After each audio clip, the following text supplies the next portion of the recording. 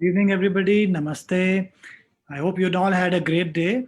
Today is one of our sub series between the continuous integrated medical education series, which is called the biology series. It is being coordinated by Dr. Manjari Ryan and Dr. Parul Bali. And the idea here is to bring in two knowledge levels, one at the postdoctoral fellowship or the PhD student level, who brings in thoughts about biology, the phenomena of biology, and then we have a specialist in that area who talks and moderates the talk of this postdoctoral fellow on the subject that is being discussed and tells us about the applications and its relevance to health and wellness and the intervention by drugs or yoga intervention or whatever that you all are doing. So this biology series basically meant to make us aware about the importance of these underlying biological phenomena that are actually happening as I speak, as you listen, or you do an activity, or you memorize something, or you do something. You do yoga, you do practice of Ayush systems, or whatever. So today we are joined by Dr. Manjari. She will be talking on central dogma. You must be wondering what is central dogma, and this term is going to be described by Dr. Manjari. And then she will tell us, presumably, focus a little bit on one aspect of central dogma that is called replication, how cell divides, what happens to the DNA. And then this will be commented upon by our moderator. Our distinguished guest is Dr. Mitali Mukherjee, who's a senior scientist, a group leader at the IGIB New Delhi. So I will now put off my video and let Dr. Parul to take the proceedings forward. I welcome the guests to our program. Welcome all. Thank you, sir. Good evening, everyone. Now is this session of our biological series. Today's topic is on central dogma replication by our speaker, Dr. Manjri Ran. Dr. Manjri Ran is from Neuroscience Research Lab, PJMEI, Chandigarh. She did her PhD in the genetics of high altitude pulmonary edema and high altitude adaptation from Institute of Genetics and Integrative Biology, Delhi, India. She has a background of pulmonology, cardiology, and neuroscience. Her basic area of interest include, but it is limited to genetics, epigenetics, molecular and cellular biology, and disease biomarkers, as well as translational research.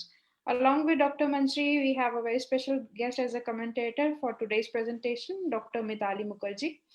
Dr. Mukherjee is the Chief Scientist and Head of Genomics and Molecular Medicine Department at the CSI Institute of Genomics and Integrative Biology. Her is in the broad area of understanding human genome structure and variation for its application in the discovery of biomarkers for predicting susceptibility to diseases, understanding human phenotypes and adaptation, and mapping mutational histories. She has been involved in developing a new areas of research, Ayurgenomics, which aims to integrate Ayurveda with modern medicine through genomics. Her group has provided the first evidence for molecular correlates of Prakriti that lead to identification of a predictive biomarker for high altitude adaptation. She has been recipient of a number of national awards, the CSIR Young Scientist Award, DBT Young Women Scientist Award, Shanti Swarup Bhatnagar Award, Vasvik Award, and is a fellow of Indian Academy of Science. So with this introduction, I am pleased to begin our session and request Dr. Manjri to kindly upload your presentation. Thank you, Parul.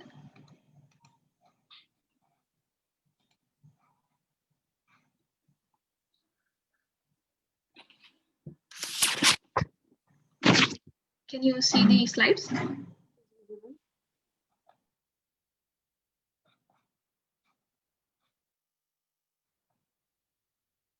Good evening, everyone. So as you can see, I'll be talking about a little bit on central dogma. So before also this particular term has been talked about in our various talks. So I'll be talking a little about on central dogma and the one aspect which is replication. As the word suggests, replication is the process of making replicas, which is copies. So here we'll be talking about the DNA replication. So a brief intro, the central dogma was first stated by Francis Crick in 1957. This central dogma illustrates the flow of genetic information in a cell or in a biological system, where the genetic information is flows from DNA to protein through RNA, but the genetic information has once reached the protein, it doesn't go back to DNA. So one of the aspects of the central dogma is replication, which is formation of DNA from itself. It is replication or making the copies of the DNA. So in one of our talks on DNA, I'll just summarize it, that DNA is a polymer of nucleotides, which is made up of a phosphate, a deoxyribose sugar, and a base. So as you can see in this structure of a deoxyribose sugar, there is a carbon which is fifth carbon, and there is a carbon which is the third carbon. So the bonds is formed between the phosphodiester bonds which links the nucleotides is formed between this fifth and third carbon, forming the phosphodiester bond and then linking these nucleotides into a chain. So this is particular a single nucleotide chain. When these chain is bound together in duplex, it forms the DNA. As the DNA is a helical model, these two antiparallel chains then twist around to form a double helix structure. So why I'm telling about this, because this structure is very important when you are going to when the DNA is going to replicate, it has to form the exact structure and in exact sequence. So these sequences of nucleotides is specific for organism to species, and as you can see here, at the fifth carbon there is a phosphate group, and at the third carbon there is a hydroxyl group. So one of these strand is such that the 5' end is 5' end is here, and the 3' end is here. The other the other nucleotide polymer will run anti-parallel to this particular sequence, and hence the structure is running in different direction. As we can say, it is from 5' to 3', and this one is from 3' to 5'.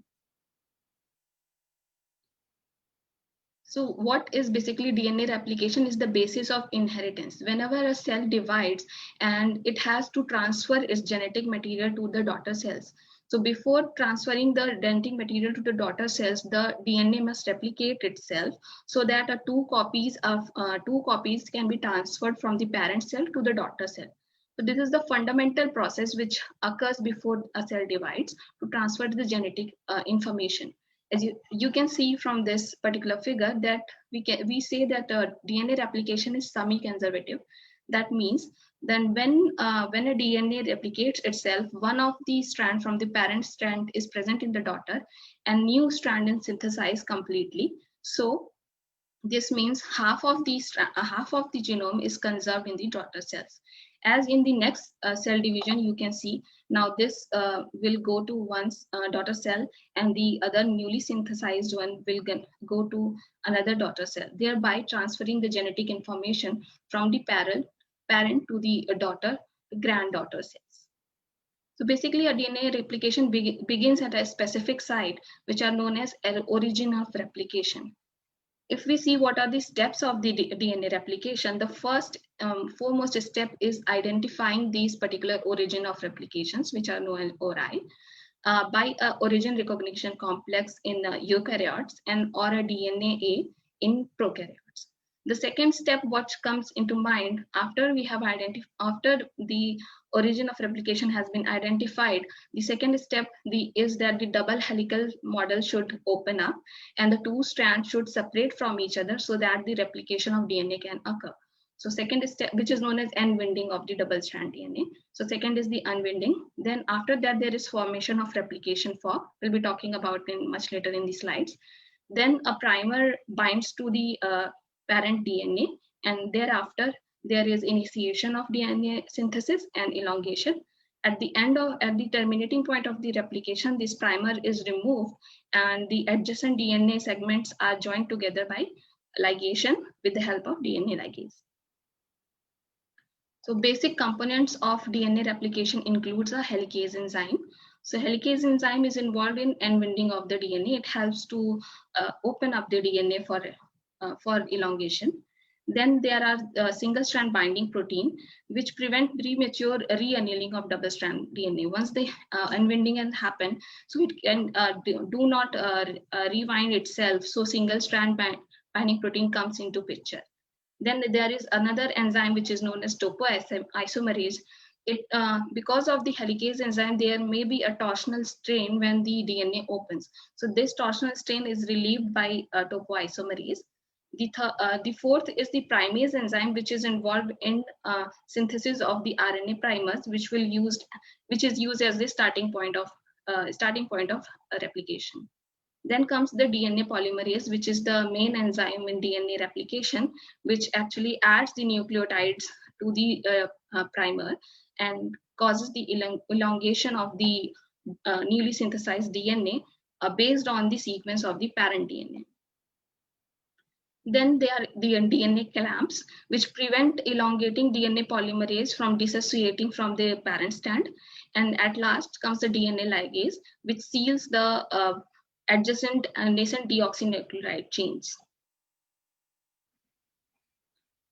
So what is this process? There are two pictures here. One is the simple one and one seems to be a bit complex. So we'll move with the first picture. So you can see, as I was telling, this helicase enzyme comes here and this double helix structure is opened so that the elongation and replication of DNA happens. This topoisomerase enzyme also acts along with helicase so that there is no tension in the DNA while opening of the double helix structure. So this is the DNA polymerase, which is coming and attaching to one of these strands. As I told, there are two ends, 3' and 5'. So when they separates, there is this end, this particular end is 3' to 5', and this particular this one is 5', and here will be 3'. So this DNA polymerase only acts in a direction, adds the nucleotides on the 3' hydroxyl. So the synthesis will occur. So the synthesis will occur from 5' to 3' end as the nucleotides are added on the 3' hydroxyl group. So now going into more details, when this section is opened, this particular section is called as the replication fork. As you can see, it has formed a fork-like structure. So one strand is called as the leading strand and another strand is called as the lagging strand. This is because when the strand opens, when this particular strand, which is here, you have the 3' end, a primer will attach here, and the synthesis will start from DNA polymerase, which will be adding nucleotides at the 3' end, thereby continuously adding the nucleotides all along the length as the polymerase is opening, as the DNA is opening. And in the second strand, when this is open, this is in inverse order, you can see, because here is the 5' and DNA polymerase can add only in this direction. So if this much section, when this much section was opened, a primer is attached and DNA is synthesized. When the helicase enzyme moves further, this much section is open again, and an RNA primer is added, and DNA, a small section or a small length of new strand is synthesized. And again, this helicase as moves forward, this much section is available for synthesis. A new primer will be attached here, and a DNA synthesis will happen. So this creates a small lengths of deoxynucleotides chains. These are known as the Okazaki fragments.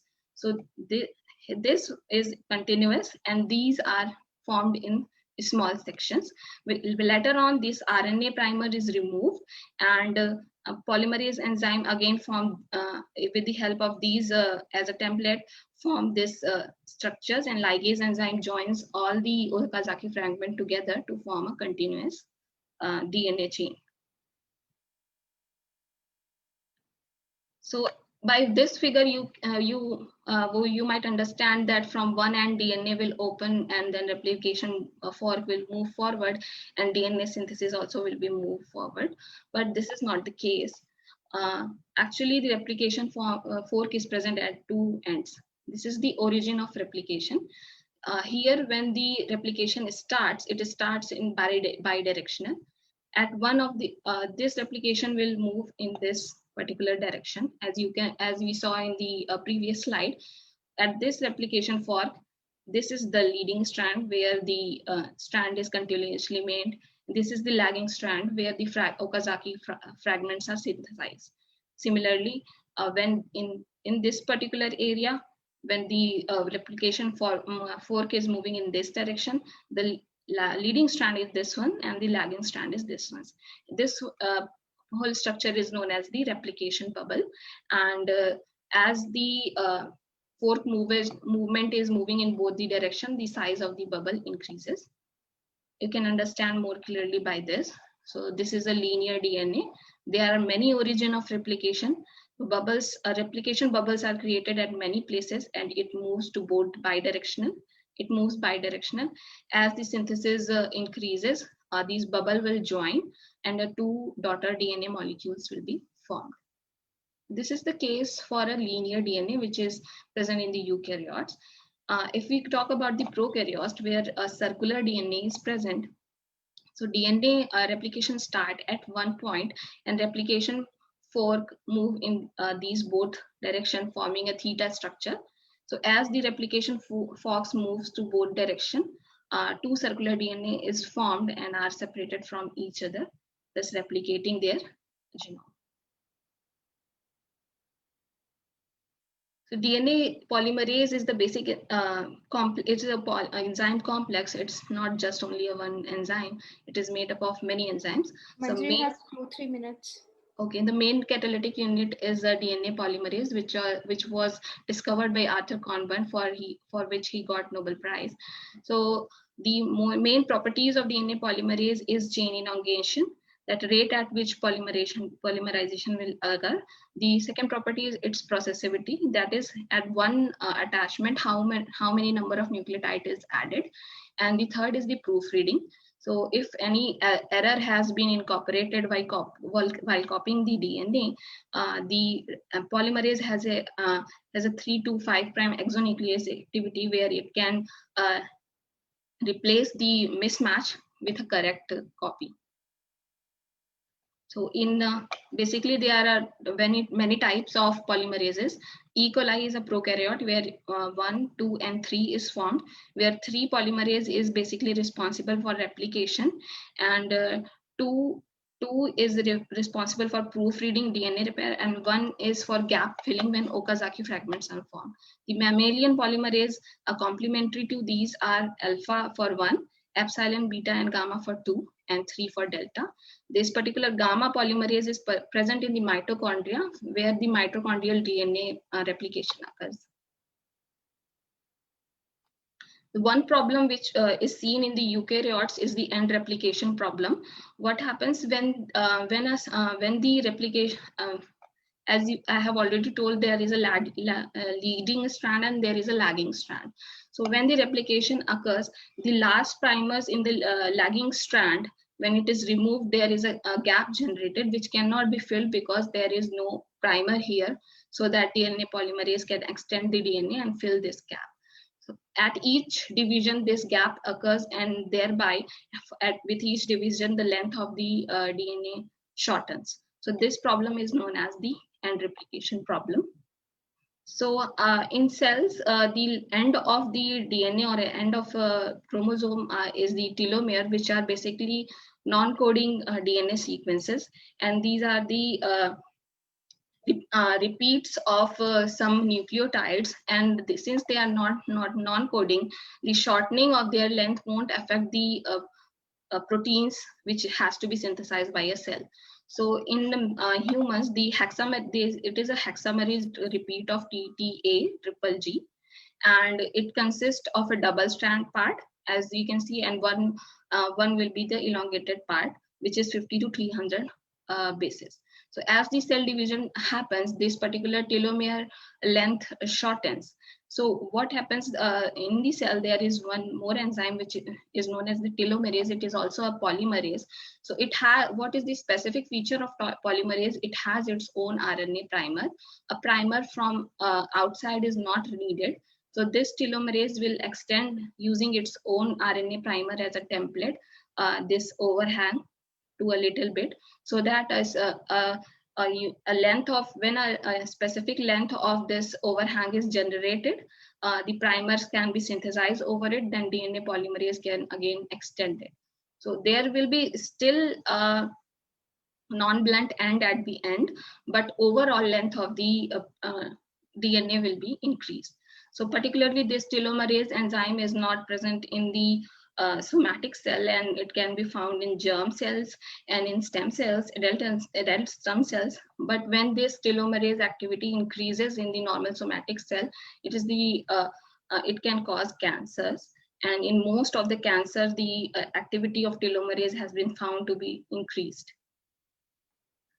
So inhibitors of DNA replication such as adipocyte and adriamycin can be used as anti-cancerous drugs. So these are some genetic disorders of replications where the genetic disorders have some specific symptoms, like the reduced growth can be seen in Bloom syndrome and Muir-Gordon syndrome. Skin rashes can be found as a symptom. There might be a premature aging, for example, in Werner syndrome. Heart disease and stroke also happens in Werner syndrome. There is immune dysfunction, endocrine dysfunction, and also there is an increased cancer risk, such as in Rothman-Thompson syndrome and Bloom syndromes. Thank you. Over to Dr. Mithali.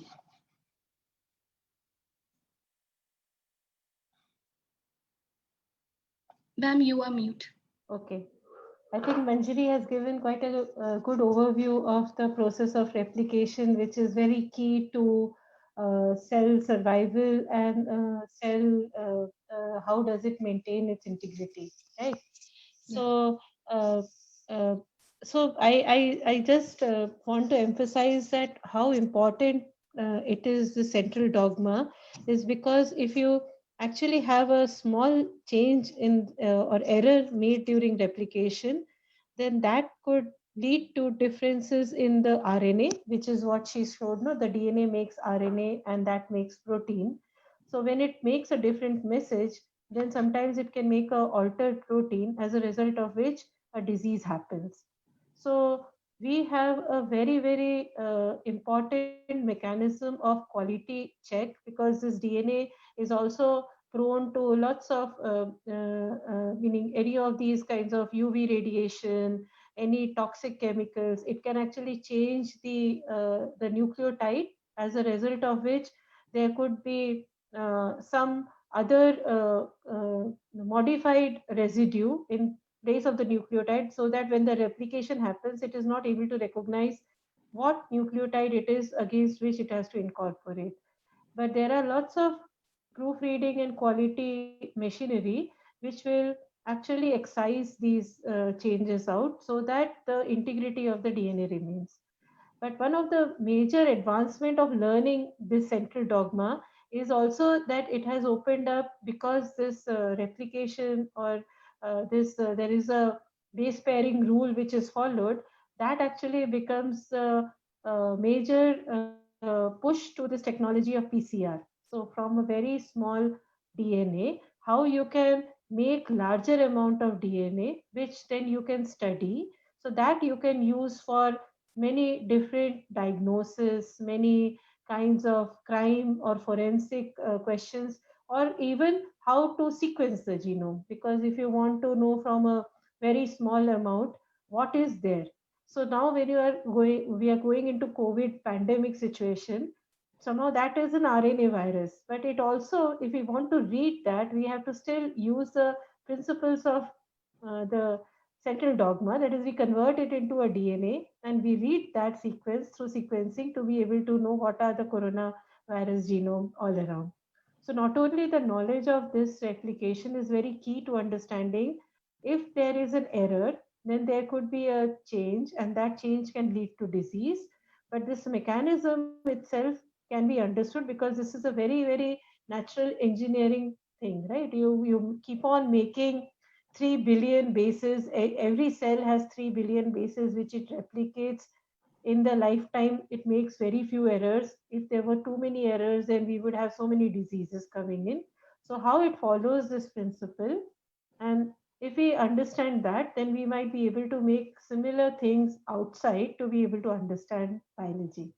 So those would be my words. But any other questions? I don't know whether anything more you would like to know. I can just elaborate on it. Akshay.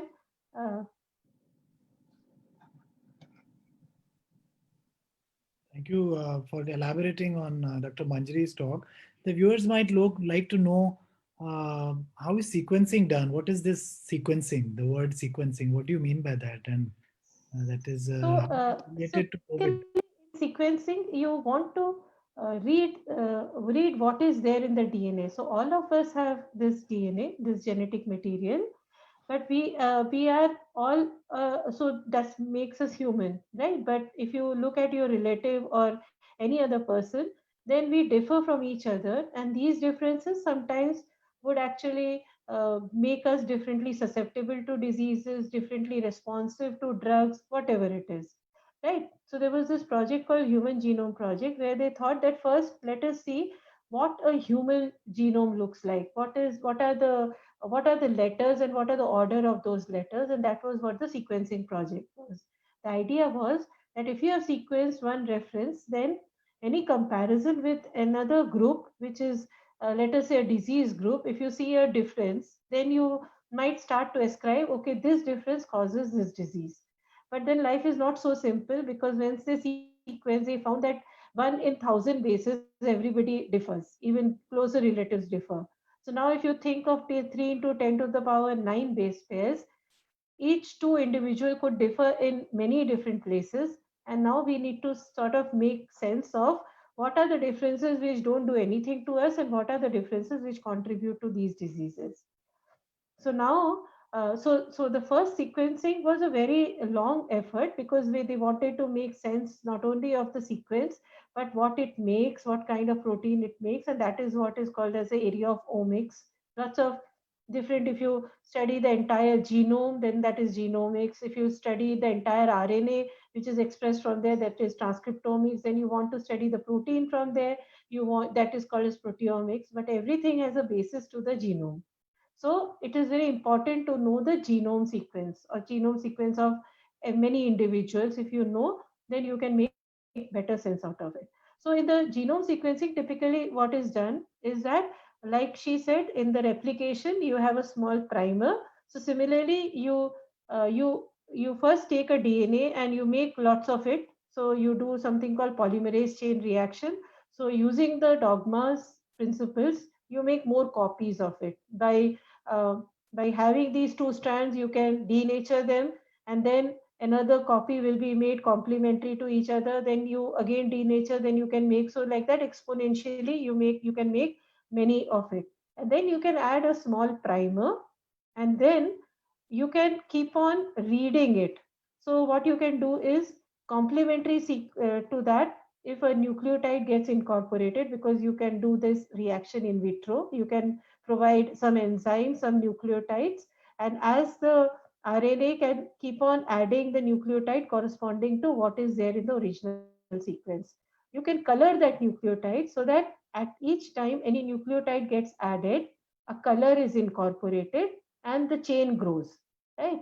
So one can actually read that growing chain by different kinds of sequencing technology, and little by little you can read the entire sequence with the ability to find what nucleotide is getting incorporated. And there are very interesting laser based methods, which will capture the fluorescence of these nucleotides to say an A has got incorporated, then an EG has got incorporated, then a C has got incorporated. So it is reading the template, and by a process of replication, it is adding a nucleotide which is corresponding to the complementary. And once you start reading that, then you aggregate that information to make sense of what is the sequence you put for reading. So that basically is the principle. And now many advancements have happened, so that how many you can read parallelly at one time. So those are called as massively parallel high throughput sequencing. So what took 20 years to sequence for the first set of genome, now you can sequence many genomes in 3-4 days time. So those are new advancements in technologies, and there are lots of resources on the web if you are interested, which will actually show you by visual kind of graphics as to how the sequencing happens.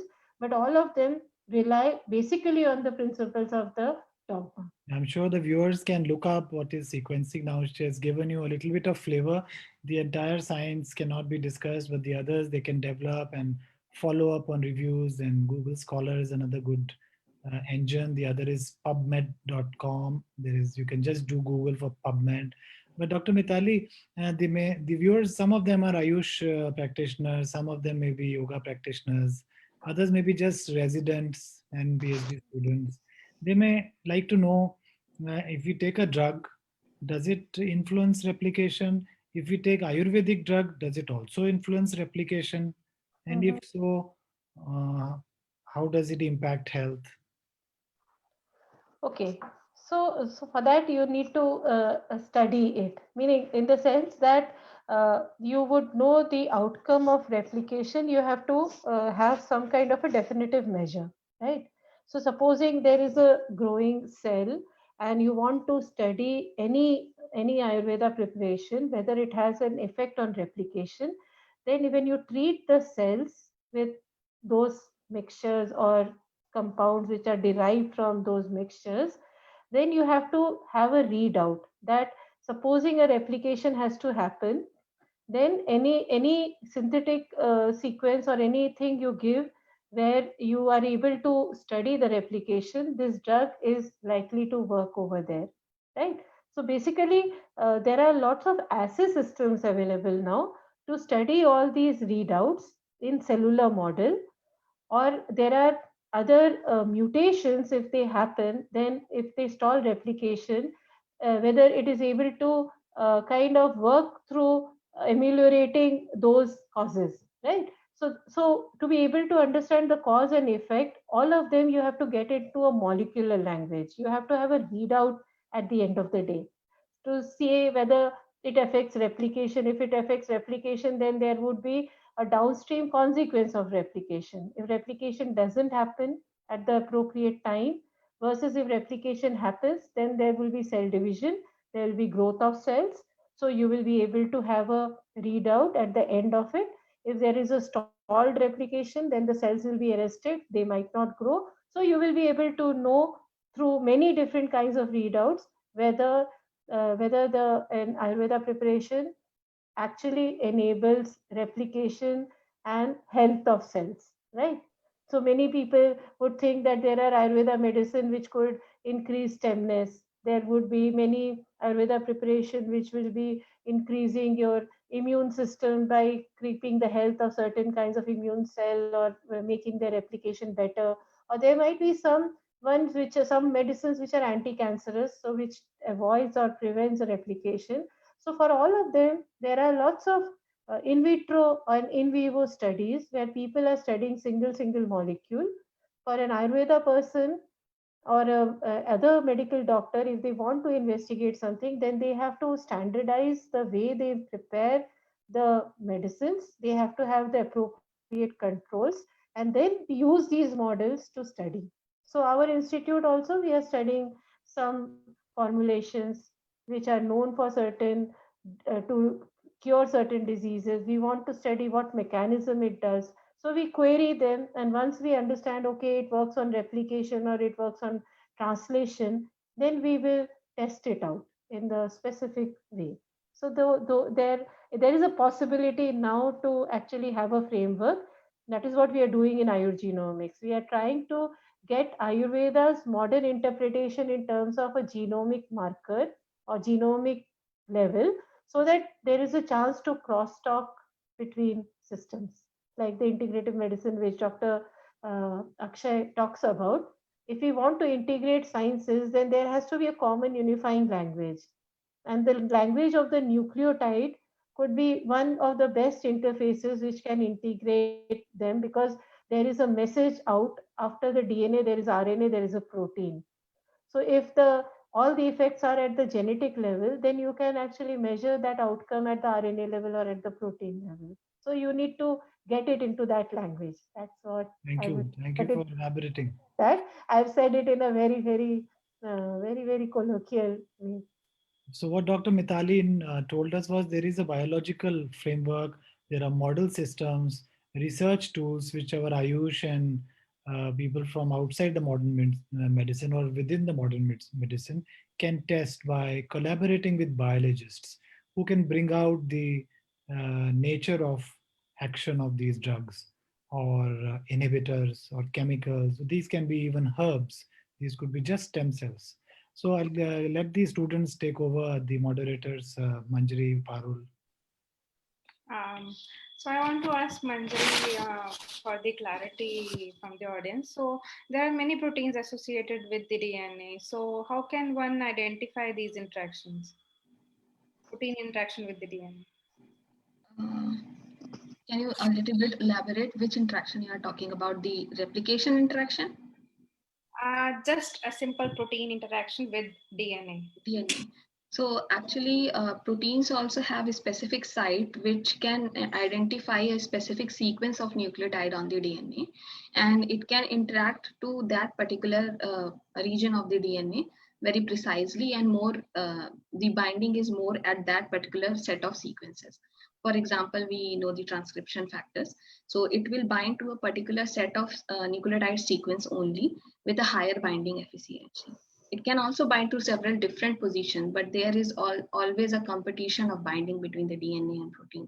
So when the energy here is lowest, the binding is more properly with a specific sequence. Before you explain, Manjari, why is this binding happening? So you introduced absolutely a new concept to the viewers, that first you explained what is nucleotide-based DNA sequences, and then you talked about replication and unwinding and winding of the genome. Dr. Mithali further expanded this into how model systems can help describe differential expression of these genes by some intervention. But now you're bringing up the protein thing. What is this protein and why does it need to talk to DNA?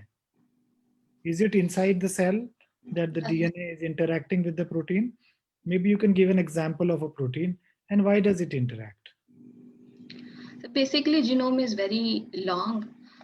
Basically, genome, as ma'am has said, it has many bases, 3 billion bases. And some of the part of the DNA is describe a specific kind of protein. So these sequences we call as a gene. So one gene will gene sequence will transcribe into a specific mRNA, and that specific mRNA will lead to translation of a specific protein. So how this protein has to be formed? So it is not that all the time DNA is transcribing mRNAs and all the time it is generating all type of proteins. So as we learned in the previous talk about cell and cell organelles, there we've also discussed about differentiation. Once the cells has divided and form a specific cell, it will differentiate to a specialized cell. Like the cardiomyocytes in the heart, it has a special function, and the nerve cell in the brain on the spinal cord has a special function. So there only specific kind of proteins will be synthesized.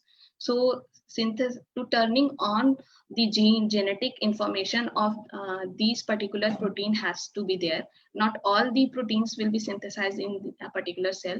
Only these specific protein which are specific for a cell type will be synthesized. For that, at the genetic level, transcription factors which are responsible to excite these genes to form a mRNA is required, which according to the environment goes to the DNA, binds there, and it actually says to the DNA, now you have to transcribe this particular mRNA so that that particular protein is formed and is used in This is the transcription factor.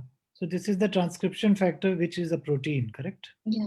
And it sits and recognizes and activates a particular gene, what is called the gene expression, and which regulates a certain phenomena in the cell at the cellular level. Is that what you're saying? Yes, yes. Parul, you have more questions to ask? No, sir. Is there any question from other students? I want to ask one question to Dr. Mithali. So this is a very basic question. I don't know whether the answer is available for it. So what this Ayurveda or this yoga, in how much time can bring actually an effect on a genetic level? It can bring an effect on an epigenetic level, but can it bring an effect on a genetic level? If yes, then how much time maybe? I don't have an answer. I have not tested it, so I don't have an answer. But people have studied expression level. So there is this now in yoga, people are studying this CTRA. There is a core transcription response to adversity event. There is a set of transcripts where they are studying people who are doing yoga. It induces a set of genes which which reduces this and meaning inflammation and increases the antiviral response, and that is given by reduction in the expression of the CTRA. So these transcripts are switched on in adversity events which are pro-inflammatory in nature and viral activity, so less viral inhibition activity. So when you do yoga, then people measure these transcripts. So clearly there is something happening at the epigenetic level which is allowing these switches to happen. But whether this has a effect at the genetic level, that effect could only be through an epigenetic alteration during the embryonic stages, and those could be tested out in model systems. So unless that test is done, one should not be also making any claims about it. Sure, thank you for that important caution for everybody. But Dr. Mitali, a lot of time when we discuss on different multidisciplinary forums, when the scientists sit together and the Ayurveda people sit together, the yoga people sit together, and different knowledge levels of medical students, MDs, and the professors of medicine sit together. People often ask if the human beings can actually be classified by Ayurvedic framework of Kapha, Vata, Pitta, Tridosha, and then they just say this, that, well, how can you divide the humanity into three types? And this is just like asking, how can you divide people into 12 star signs: Capricorn, Taurus, Gemini? So it resonates with that in some way. Is there any science behind? I know you and Dr. Bhavna have been working a lot on this. Can you put some light to this? So yes, people. It is not that only Ayurveda is dividing people into Prakriti types. There are psychologists who divide people into different kinds of mental states: eudaimonic, hedonic. Then there are people who divide people in on the basis of somatotypes: ectomorph, endomorph, mesomorph, based on their anatomical structures. Then phototype, the skin types are divided into people who have a tendency to tan, tendency to burn, right? There are other kinds of questionnaires which test the mental capabilities, like Briggs-Myers questionnaire. Or there are people who look at the chronotype of individual, whether they are morning type, evening type, and classify them. So there are various ways of classifying people, and that is been observed by these are observational, and then trying to kind of bin them, because there are certain kinds of attributes also linked to these observations. So like for example, somatotyping has been used to classify athletic groups, because there is a dependency on the muscle and other kinds of properties which are seen in people, and those have a physiological basis, right? Similarly, people are divided into parasympathetic and meaning sympathetic component based on their autonomic function, who will be having more flight and fright response. So there are ways by which you classify people on the basis of sleep, you classify basis on anatomy, you classify people on the basis of mental state, lots of it. So Prakriti is not anything beyond this, but it is encompassing this. So when Prakriti is assessed of an individual, they look at the person's anatomy. They ask the person about their physiological functions. They assess them also. They look at the mental state, and based on that, they classify people into 7 broad types. But the 7 broad types are not like the boundaries are absolutely defined. If you look at the 7 colors in a rainbow, there are 7 colors, but there is a spectrum, right? So these are just the boundaries on which the major phenotypes map to, so that there is a linkage amongst the system that if such is the anatomy, such could be the skin type, and those are the people who would respond to certain kinds of conditions.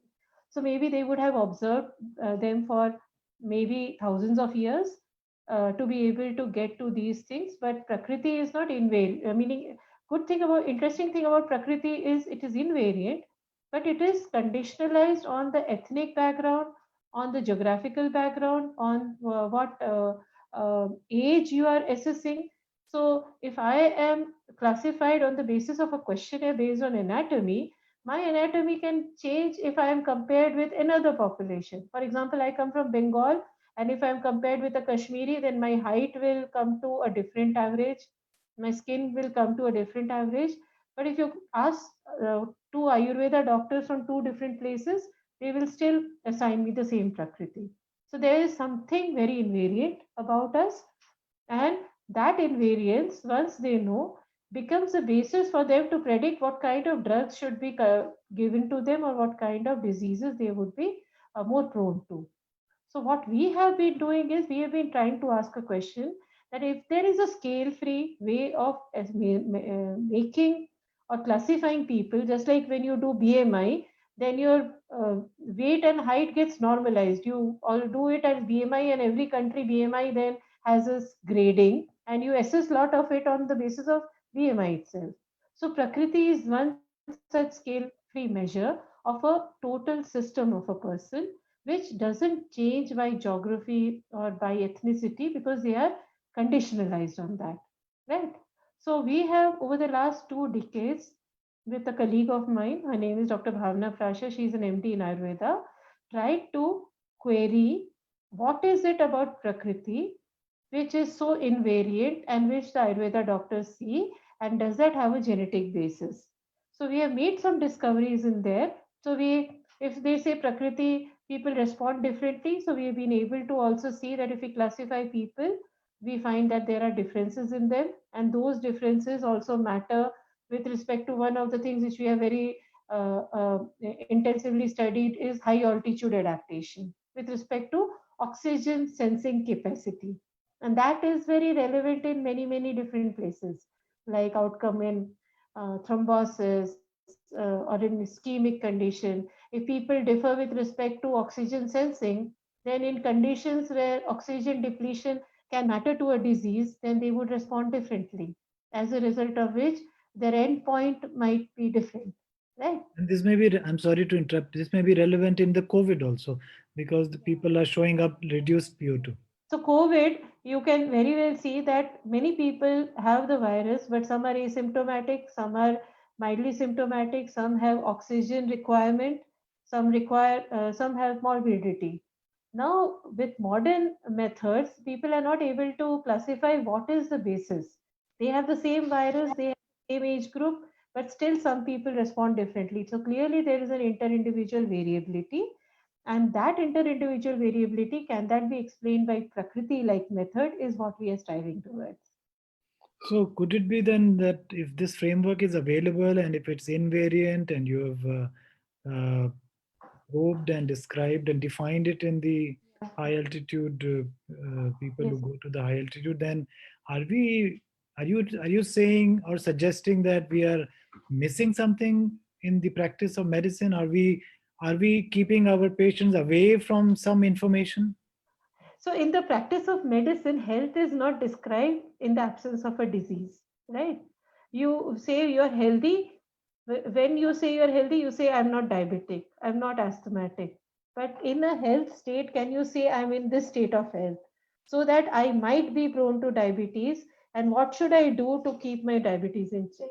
So in Ayurveda, these prakritis, they are described by relative proportion of doshas, which are Vata, Pitta, and Kapha. So everybody has these proportions of doshas, but in different proportion, as a result of which they get classified as, if they have more Vata in them, they are called as Vata Prakriti, Pitta Prakriti, Kapha Prakriti, or mixture of Vata, Pitta, Kapha, like that.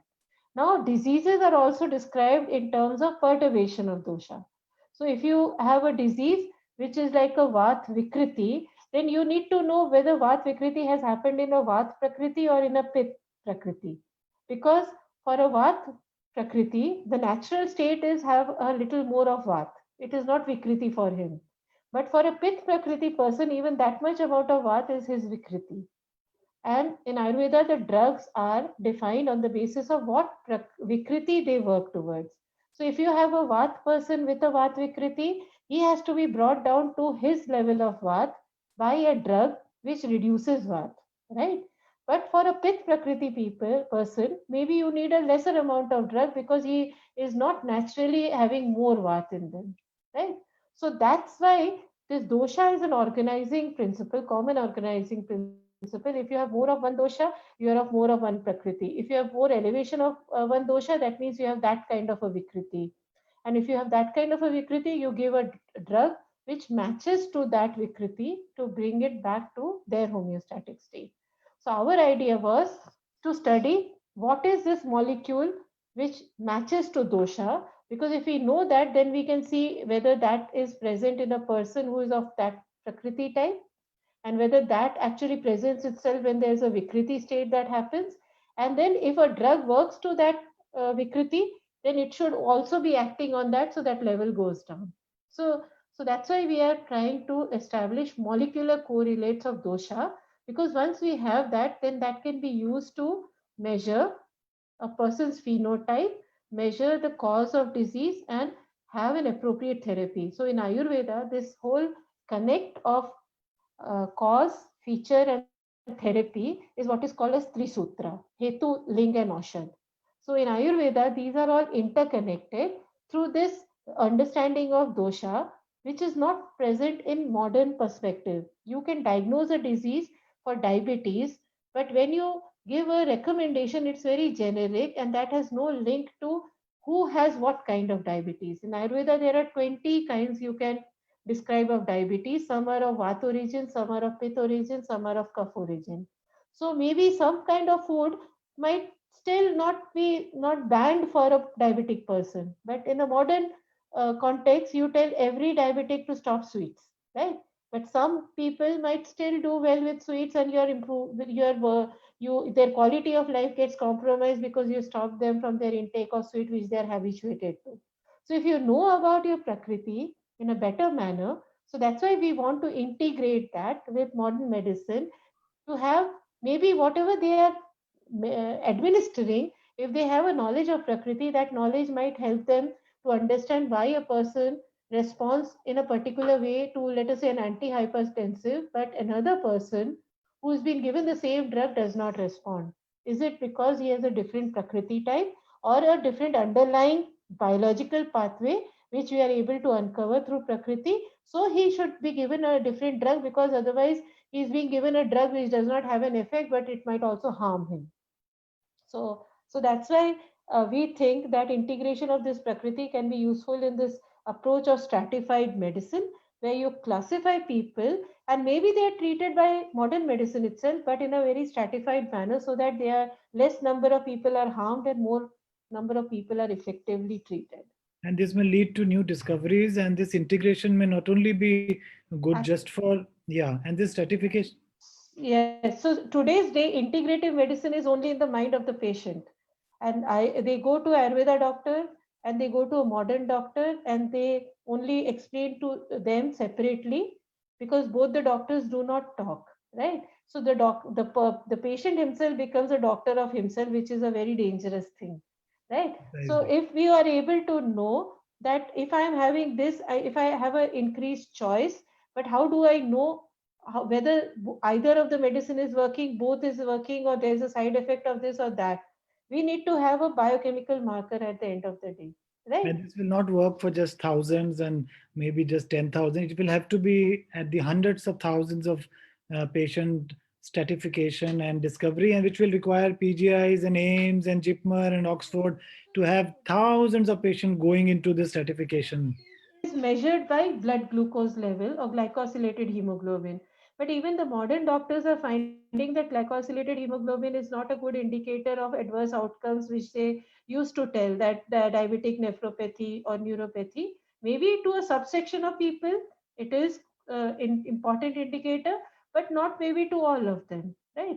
But we go with that value to an Ayurveda doctor and tell them that if this one goes down, then you have cured me of diabetes.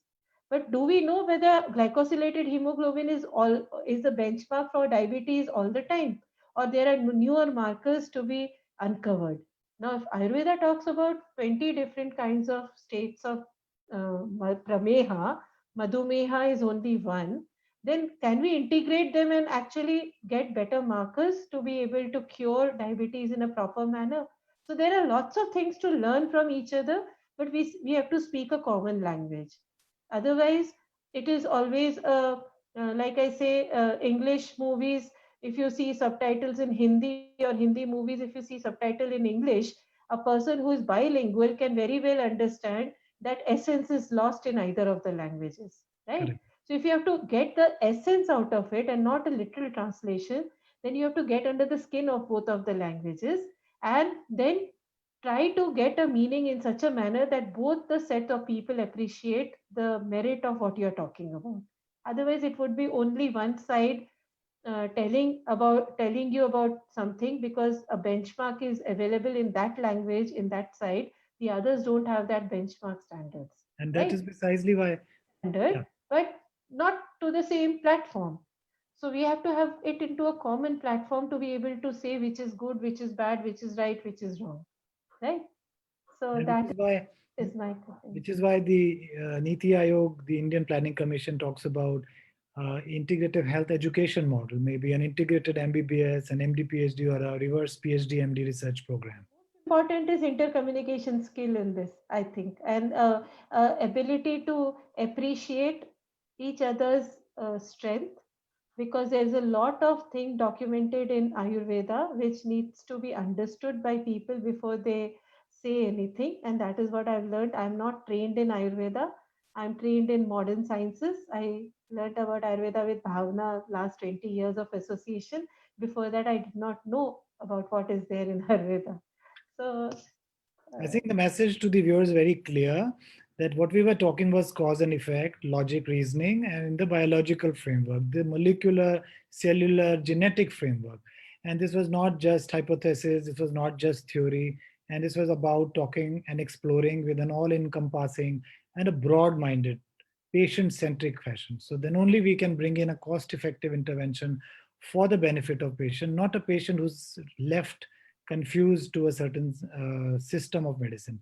And there is no system of medicine, as Dr. Mithali said. There is a need to crosstalk, to learn from each other, to bring the best of each of the disciplines. So that what we were not just reciting shlokas from Ayurveda.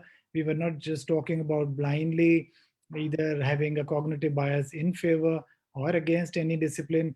All we are here talking is with an open mind, with patient in the mind. And this is the approach with which we must carry out our practice, our research, and our educational reforms. Over to Parul. These were my few words. If your students have any questions, they may take it.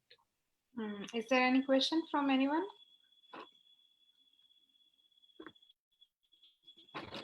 So thank you, Dr. Mansri, for your nice presentation on the basics of DNA replication.